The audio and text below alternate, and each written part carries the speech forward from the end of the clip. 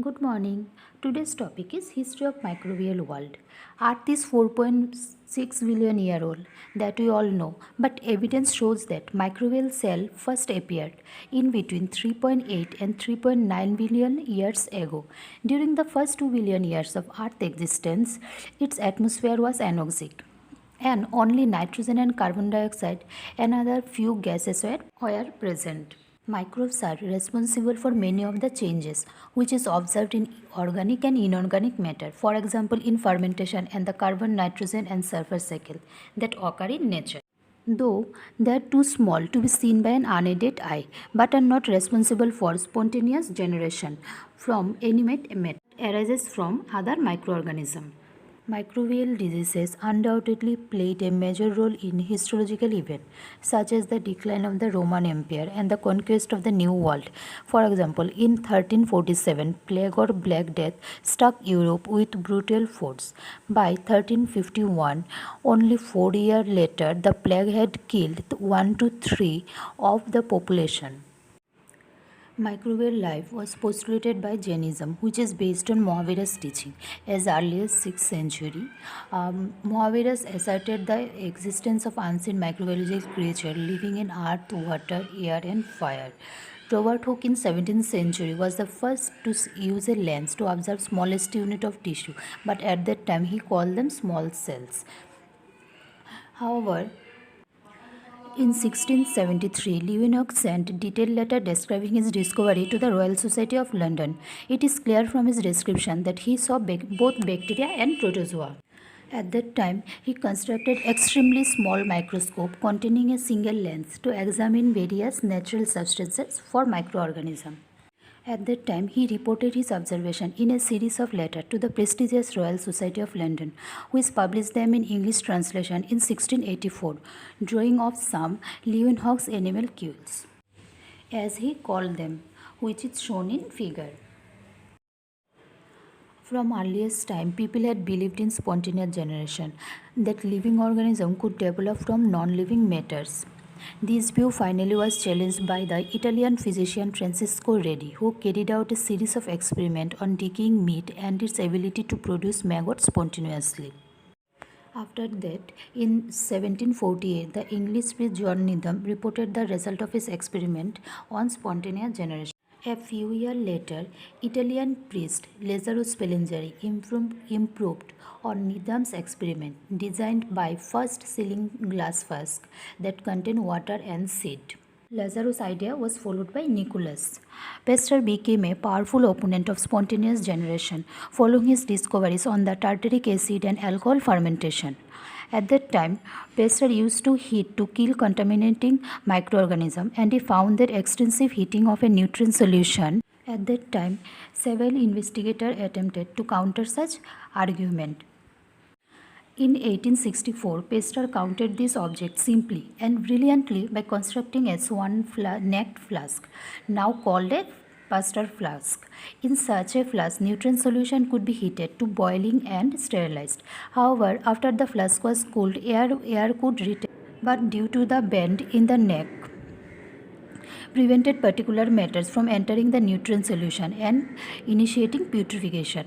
Nutrient solution in such flask remained sterile indefinitely.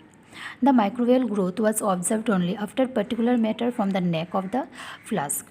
In this way, he became the father of modern microbiology and the father of bacteriology, which is settled the spontaneous generation controversy forever. Pasteur's work on spontaneous generation naturally led to the development of effective sterilization. Then Robert Koch. He first demonstrated the role of bacteria in causing disease, who first isolated Anthrax bacillus, the cause of anthrax, in 1876. Who introduced first isolating technique of pure culture in 1881 by using gelatin as a solidifying agent. In 1882, he discovered Mycobacterium tuberculosis. He proposed coast postulates, which were published in 1884 and which was the cornerstone of the germ theory of the disease. The postulates are: the organism causing the disease can be found in sick individuals but not in healthy ones. The organism can be isolated and grown in pure culture. The organism must cause the disease when it is introduced in a healthy animal. The organism must be recovered from the infected animal and shown to be same as the organism that was introduced.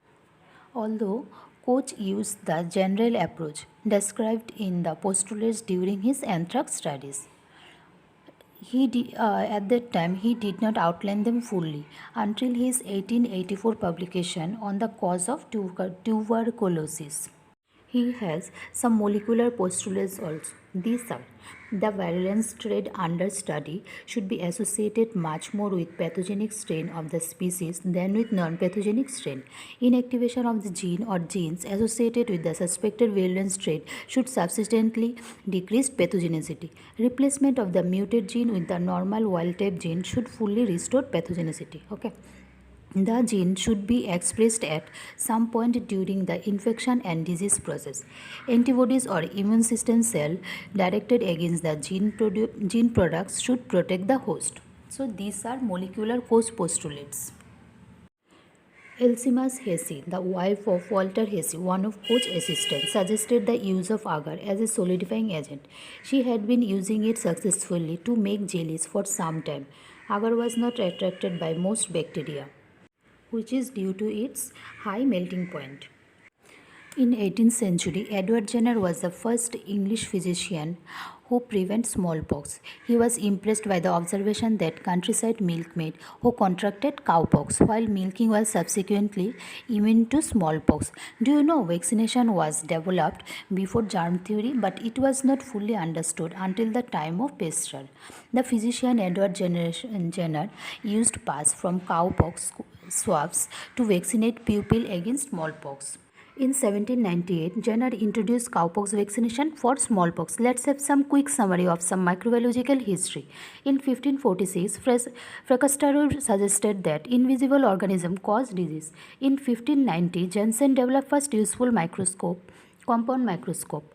In 1676, Leeuwenhoek discovered animalcules. In 1688, Reddy publishes work on spontaneous generation of maggots. In 1765, Spallanzani attacks spontaneous generation. In 1786, Mueller produces first classification of bacteria.